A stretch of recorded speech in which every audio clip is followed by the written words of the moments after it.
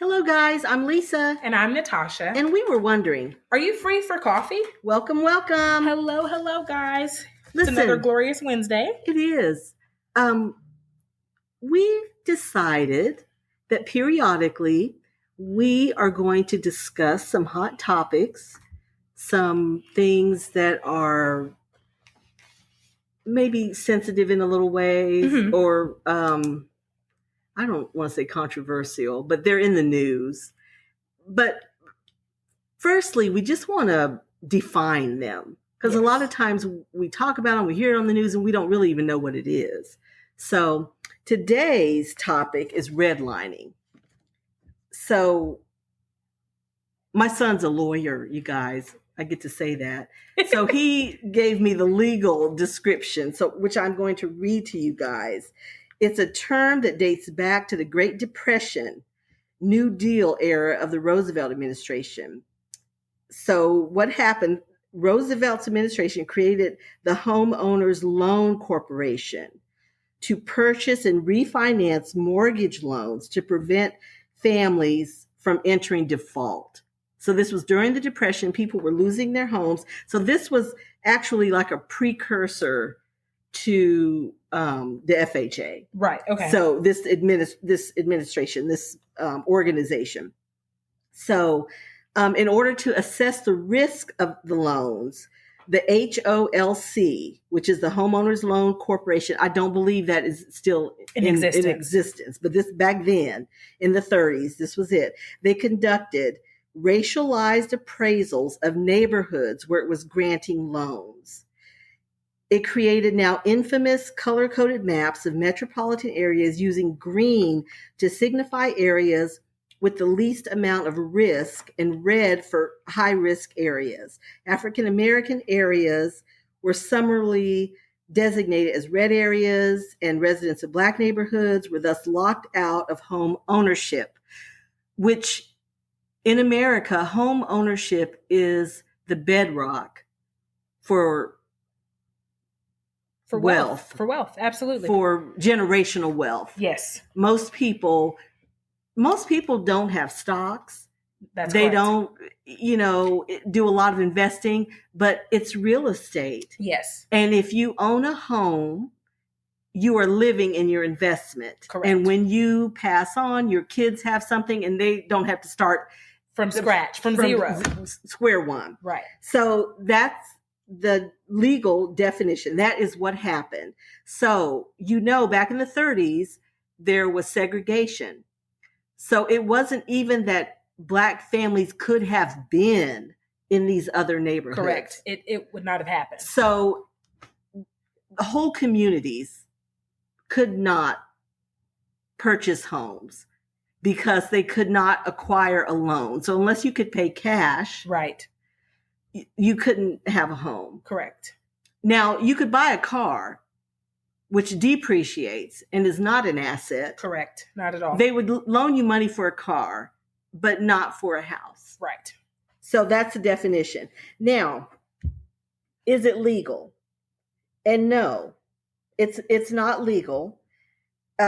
It was outlawed by the Federal Community Reinvestment Act of 1977. That tells you how recent this is. Yeah, that's a lot of years. That's 40 plus years. 1977. From 1930 to 1977. Yes. Wow. And that law created a process by which banks are assigned grades based on their loans offered to low and moderately income homeowners. Okay. And the Fair Housing Act of 1968 makes it illegal to racially discriminate against people trying to buy or rent a home in any area. So it is illegal. Now, is it still done? Oh, absolutely. But it is illegal. Okay, now is it still happening? Because it was outlawed, it's as an official policy, it's not endorsed, but there's still evidence that minorities don't have equal access to the necessary financing and credit to enter into home ownership. So right here in Dallas, one of the news stations did an investigative report, and it concluded that 20% of banks in Dallas County don't serve neighborhoods below I-30. Yep. and that many bank branches south of I-30, they take deposits, but they don't lend in those neighborhoods. Yep. And that those same banks provide financing to predatory lenders like payday loan places and things. High interest So loans, what can we do as the consumers to discourage redlining? First of all, find out if your bank has a policy for providing loans in low-income neighborhoods. And if they don't, take your banking needs elsewhere. Yeah, absolutely. That's a way that you can help, that we all can help.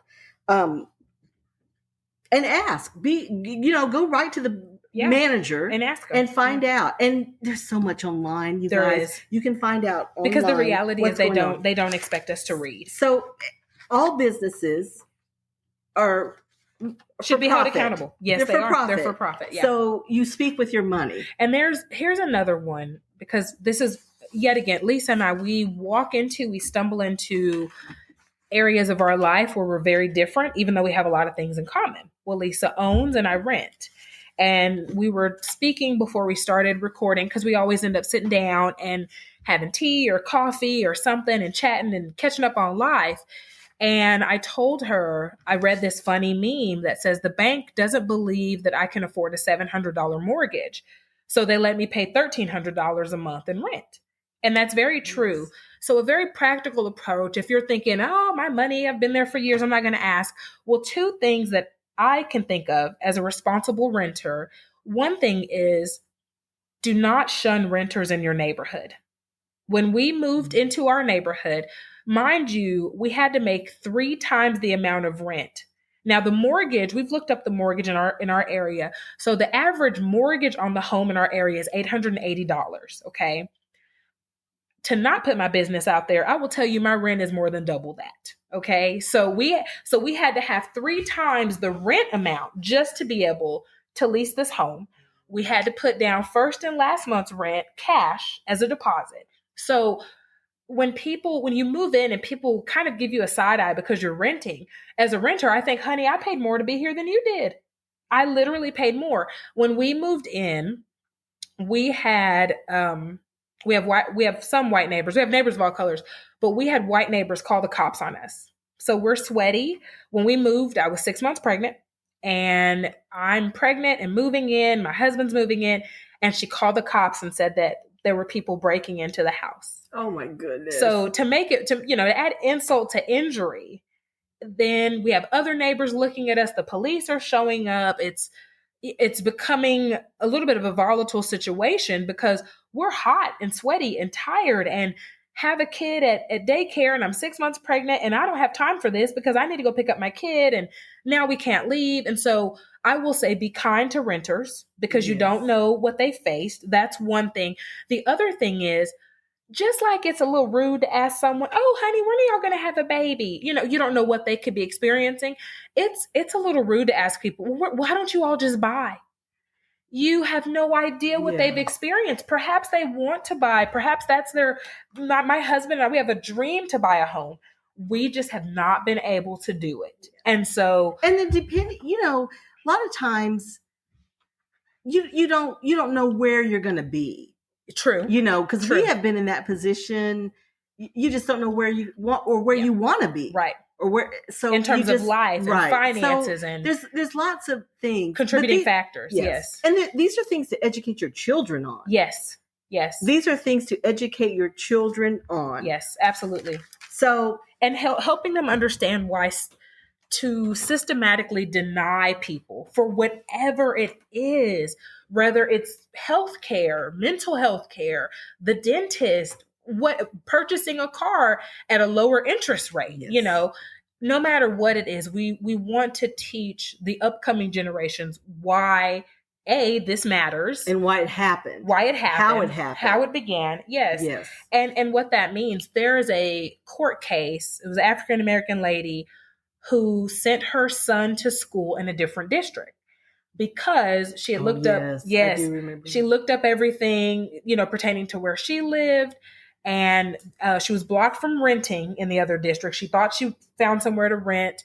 to lease. She couldn't. And so long story short, she ends up sending him, and she gets sent to prison. Yes. She was sent to prison, and Yes. I get it. We moved to That's our going to area. be another topic one day. Robin Hood. We're going to talk about that. We moved to our area so that our daughter could go to school there.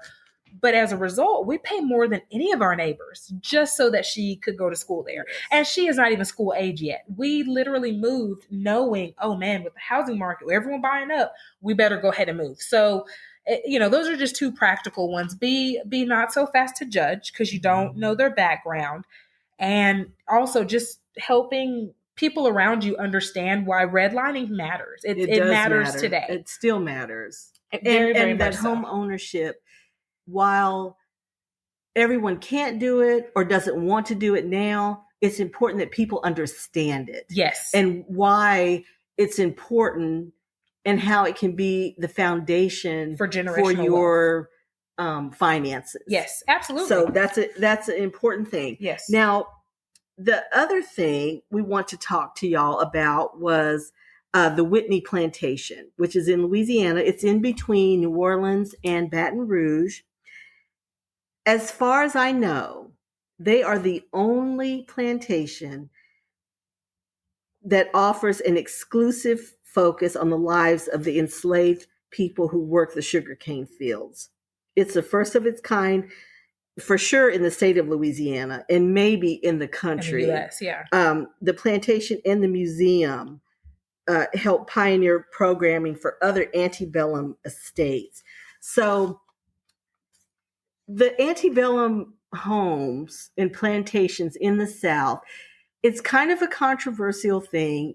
It's like, what do you do with the homes? Architecturally, they are architecturally important. Mm-hmm. They're beautiful. They've they're prominent. They're gorgeous. They're these things, but some very horrific things happen there. Yeah. So there was a really interesting article in the July-August issue of Veranda, which is a home shelter magazine. The whole article was "What About the Houses?" And it was written by sociologist Dr. B. Brian Foster. So he traveled to Natchez, which has quite a few. Yes. With his mother. He is an African American. And they were looking at these homes, and he wrote about it. And I just wanted to read you a couple of paragraphs, which really explains it so well. Put simply, plantations are Black spaces, says Ashley Rogers, who is the executive director of the Whitney Plantation, this plantation I just told y'all about. And it was converted into a museum in 2014. And this project was taken on by John Cummings, who is an attorney from New Orleans. He turned it into a nonprofit. Now, unlike the rest of the houses in Natchez, Whitney centers around the lives of the enslaved people. I told y'all that. Why should the story of slavery surprise anyone when they visit a plantation museum? Rogers asked. Plantations existed to enslave people. The entire point of them was slavery. And the entire point of the Whitney Plantation is to educate the public about that history. I think of education and learning as justice, says Rogers, who has spoken about the importance of contextualizing antebellum era houses. Whitney isn't the whole story, but I hope through telling people the truth, we are helping open new doors for them. The truth of antebellum houses is that they are as much architectural spectacles as they were engines of violence, death, dispossession, and inequality. That is the truth. The houses would not have existed as they did, and thus as they do, were it not for the wealth generated from the labor and bodies of enslaved people. That is the truth. Beyond the work it took to build and maintain the houses, to caretake for the families who lived in the houses, and to generate the wealth that supported the houses. Enslaved people were humans. That is the truth. They had desires and relationships. They loved and were afraid. They yearned to learn and risked and lost their lives to learn to read and write. And they did all of these things in and around the houses. Plantations were sites of oppression, trauma, but they were also sites of resistance, resilience, and cultural continuities, Rogers says, and that is the truth. Oh, that's good. So I just want you, especially if you live in the South, I think in the North, you don't really see it.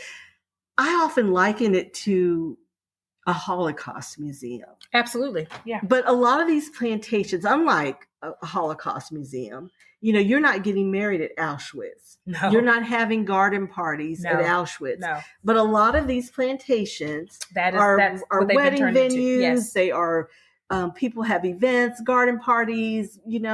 office no respect parties. Or mention of their history. So they are beautiful and architecturally significant. Yes. I do believe that. And if you've never seen one, I want you to think Gone with the Wind. Yes. That's a great. Tara. Yes, absolutely. And here in Texas, I drive There's still some. regularly by several. Yes. I can think of one that I'm going to pass heading home today. Yes. So they absolutely exist. They do. So the thing is, I think the question that he was asking, like, what do you do with them? Right. They're beautiful. They are significant, but what do you do with them? And I love what the Whitney Museum did. Yes. That they made it tells a story about the people that worked there. Right. And follow them online, you guys. They have an Instagram. Okay, good. I will post about them. It's just fascinating history that everyone should know. But like I said, for sure they're the only ones in Louisiana and maybe in the country. I hope some others have begin to populate up the torch. So I'm a history nerd, and I went to school for history. I went to SFA, which is Stephen F. Austin. It's in the oldest town in Texas, which is part of why I chose it. So it's in Nacogdoches, Texas. And I have been to countless reenactments, really hundreds of reenactments. The same way some people follow the theater and go all over, I've been to different reenactments. And this is pivotal because I've been to a number of museums within a plantation, oftentimes a gift shop, something very small, and there's very little mention of it. Mm-hmm. They just kind of gloss over, the house was maintained. Well, no, the house was by who? By slaves. Let's just be factual. And the thing about it is, I don't believe you can appreciate the present if you are not factual with yourself about the past. Right. Exactly. There shouldn't be anyone who is offended by this. This is America. And this is where we live. Right. The thing is, with a lot of these plantations and the narrative they tell, it is their truth.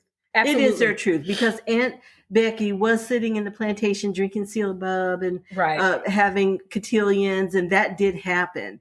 But there was also horrific violence and awful things going on in the slave quarters. Yes. And I liken it to watching a parade from two sides of the street.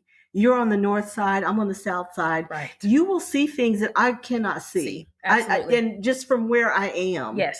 And I will see things that you cannot see from where I am. And they're both truth. They're both truth. Both of those things were happening simultaneously. Yes.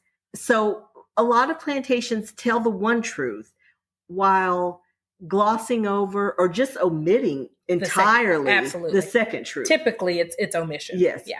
Yeah. So the Whitney is doing a great job of telling that story. And preserving that history. Yes. Yes. Because at some point, if we continue to omit, and people like my mom, people like your parents who had parents that were slaves, and that is what they are descendants of. And every African American did. Yes. Someone in your family came over a boat. Yes. Someone did. Yes. If we continue to omit that, my fear as a historian is that it could easily be repeated, because we don't see the before, during, and after whenever you begin to omit and leave things out. And so if we do that, we are doomed to repeat the same type of judgment, the same type of fear, the same type of oppression, the same type of division. It happened. It simply is what it is. This is just truth. This is no blame. Right. Because nobody alive today was responsible for anything. For any of this. On either side. Right. Nobody did anything. Nobody, if you're a Caucasian person, you didn't do anything. No.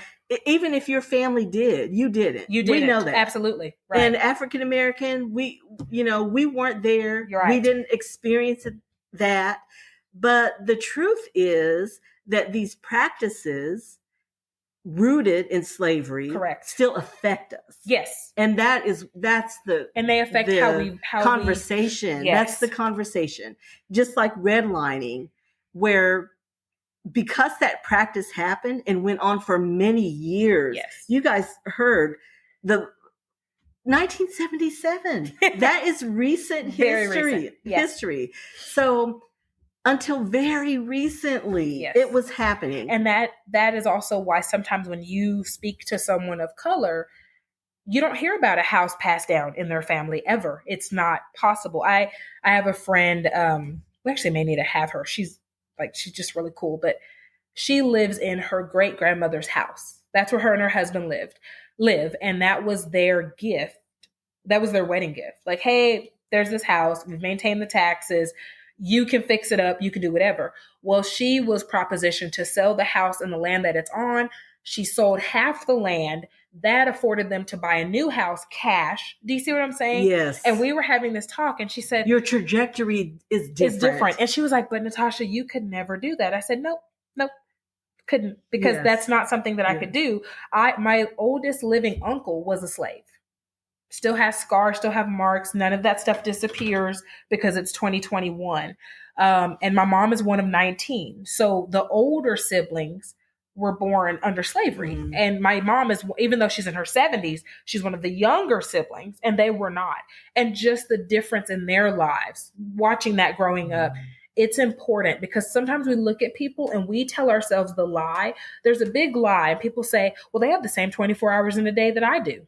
No, they don't always. People don't always have the same 24 hours that you do. Yes. They really don't. And if you didn't start at ground zero, you really cannot fathom what it's like to start at ground zero. It's very different. Yes.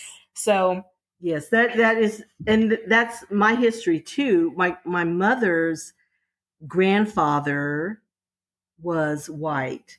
Okay. And bought a house for them. And that was the house that she lived in. Okay. And my grandparents lived in, my great grandparents lived in, then my grandparents, and then my mom. Right. So, and it was left to her. Right. And she sold and it. And that would be the only way that it could be left to them back then, because Black women couldn't own homes. Yes. So I don't know, the whole thing, but redlining is a thing. It is. Absolutely. So this is, it's a topic for discussion. Yeah. This is like I said, to educate your children about why owning a house is important. While, it's a goal. It can be a goal. Yes. It might not be something you can attain tomorrow, right? But it is a goal. And why is an important goal? Yes. Because it is the bedrock for most American wealth. Yes, absolutely. It really is. And it still is, and it will continue to be. It will. It certainly will. In In the housing market now, people have made a lot of money. Yes. Oh, I was flabbergasted that she only sold half of the land. And the irony was, I'm going to sell the part that we're not using this. We don't touch this. So they still have a very good chunk of land that the house is on. And it was enough to purchase a new home cash. Yeah. Just think of that. Like if you look at Texas real estate, a new home now is at least $300,000. I mean, that's on the low end, and her house is not on the low end. So, $400,000. It makes a huge difference. Yes. And I have a little project for y'all. With redlining, if you have a blank wall, this is, it would be a great conversation starter. A great conversation It would be piece. Great. This project would be great in a study. It would be great if you have a little homework area for your kids. It'd be great in that. An accent wall. Yeah. Yes.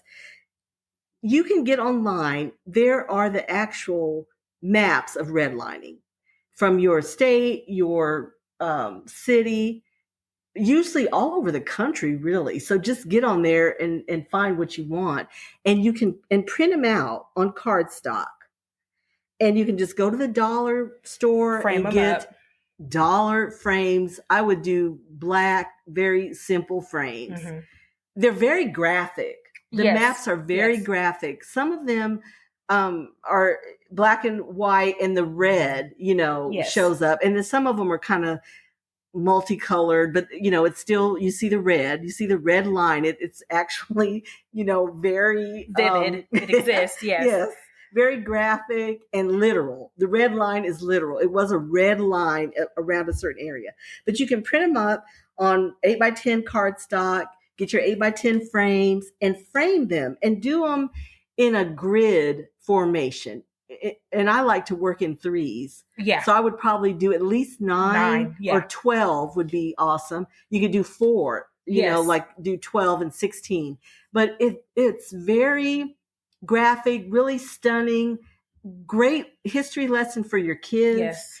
Great conversation starter. And a very modern aesthetic. Come to your home. Yes. And especially if you print from your city, for sure, do your city, and you can do others. And you could even look up, my grandmother grew up here, this was my first school, or me and my husband's we used first to live day. here. You can just cities that are significant to you, and print them up and frame them, and be a riveting wall. Yes, and a way to keep history alive. It would be. Yes. And great, like I said, great history lesson for your kids. You can talk with them about it, why it's important.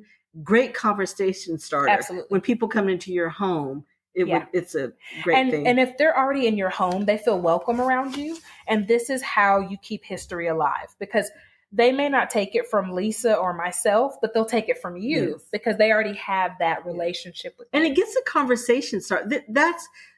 We wanted to start this series, and we will be doing this periodically. We just want to talk. That's it. We just want to talk about it. And me reading the definition, really, that started with me. I just want to know what it is, because so many times, it's kind of a trigger word. Yes. And it comes up, a buzzword, and it's like, I'm not sure what that is. Yes, I don't even know by definition what this really is. So we want to just start with a definition, and then let's just start a conversation. So, researching it, we found some interesting facts, like about the Whitney plantation and, antebellum homes, and so and we wouldn't have come across it otherwise. Y'all carry on the conversation. Yes. Just get it started, and like we said too, find out what your bank is doing. Yes. And how they are helping people in inner city communities, what their loaning practices are, and as a consumer, as a customer of that bank, you have every right to ask. Yes. Every right to know. Absolutely. Yes, and you can find out a lot online. And I'm money talks. Yes. It absolutely does. Let your money talk for you. So, is this our lighter? We still have to do our sexiest man alive. We will never skip that. I'm picking Brad Pitt. What? And the reason I am, I was not ready.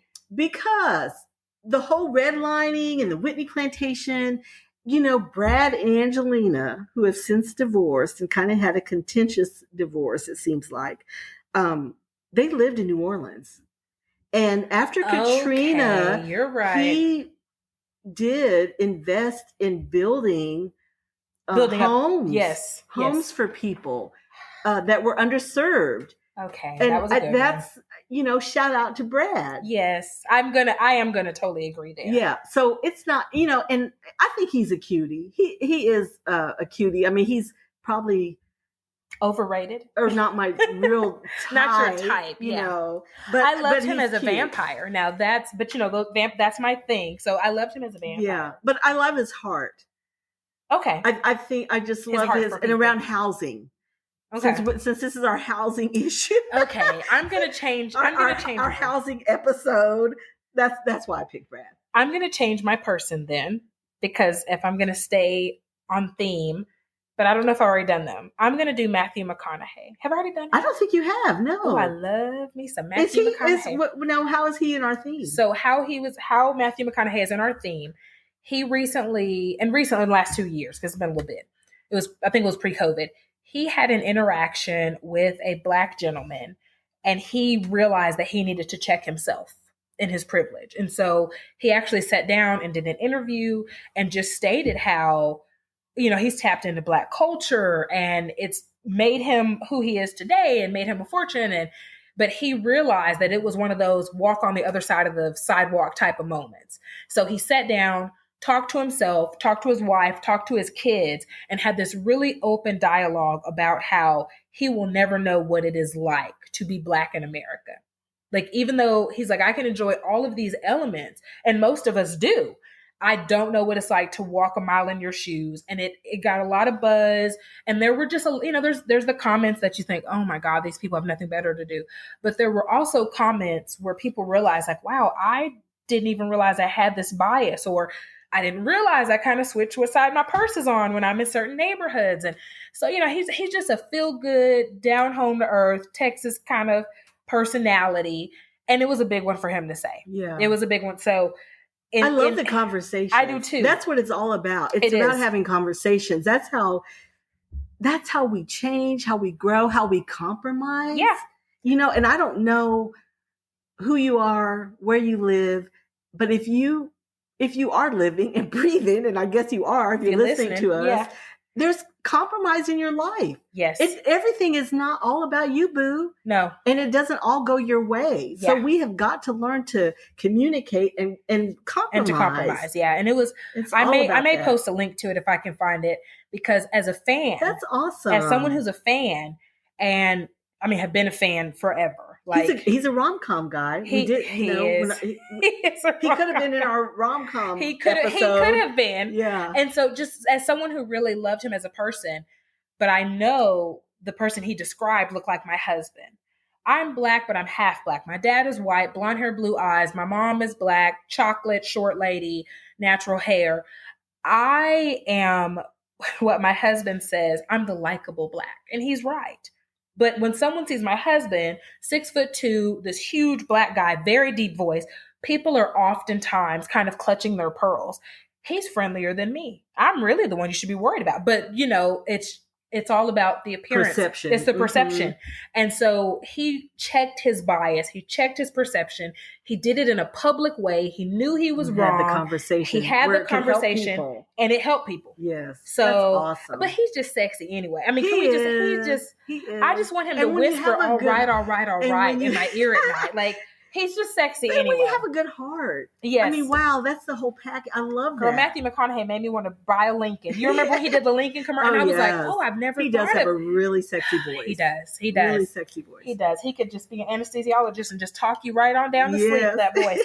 But yeah, so I changed mine, but he is my sexiest man alive this week because I was really moved by him doing that. Yes. It showed how big he was. Awesome. Well, guys, this was a very different episode. If you've been with us, this is like our 17th episode. And we are kind of coming to an end of season 1. We are going to end season 1. We're going to start season 2, and we'll have obviously all new content and great conversations. You have a few more weeks with us. You do. You do have a few more weeks with us, but we just want to thank you. If you hung out to this point, we appreciate it, because this wasn't a feel good or fun, but it meant you care enough about us to listen and hear the topic and to hear what it means. And to hear how it's impacted our lives and the lives of those around us, whether it was good or bad. Yes. So, and we'll be coming back with some more. Yes. I don't know how often, but periodically we'll have some deep discussions. Yeah, it's just like hit us up if you want to talk about anything. Lesson. If you have a comment, topic, or you have some feelings about redlining or experiences with it. Yeah, we would love to some hear. Suggestions. Yes. About how we can help. Yes, that was the one that we had, and we'd love to hear others. And shout out to Teddy for being patient. Teddy. And my children are not social media people. My boys, they don't do that. But they have cool info. But he did give me some information, legal information. So thank you, Teddy. Thank you, Teddy. We appreciate it. Well, guys, until next time. Thanks.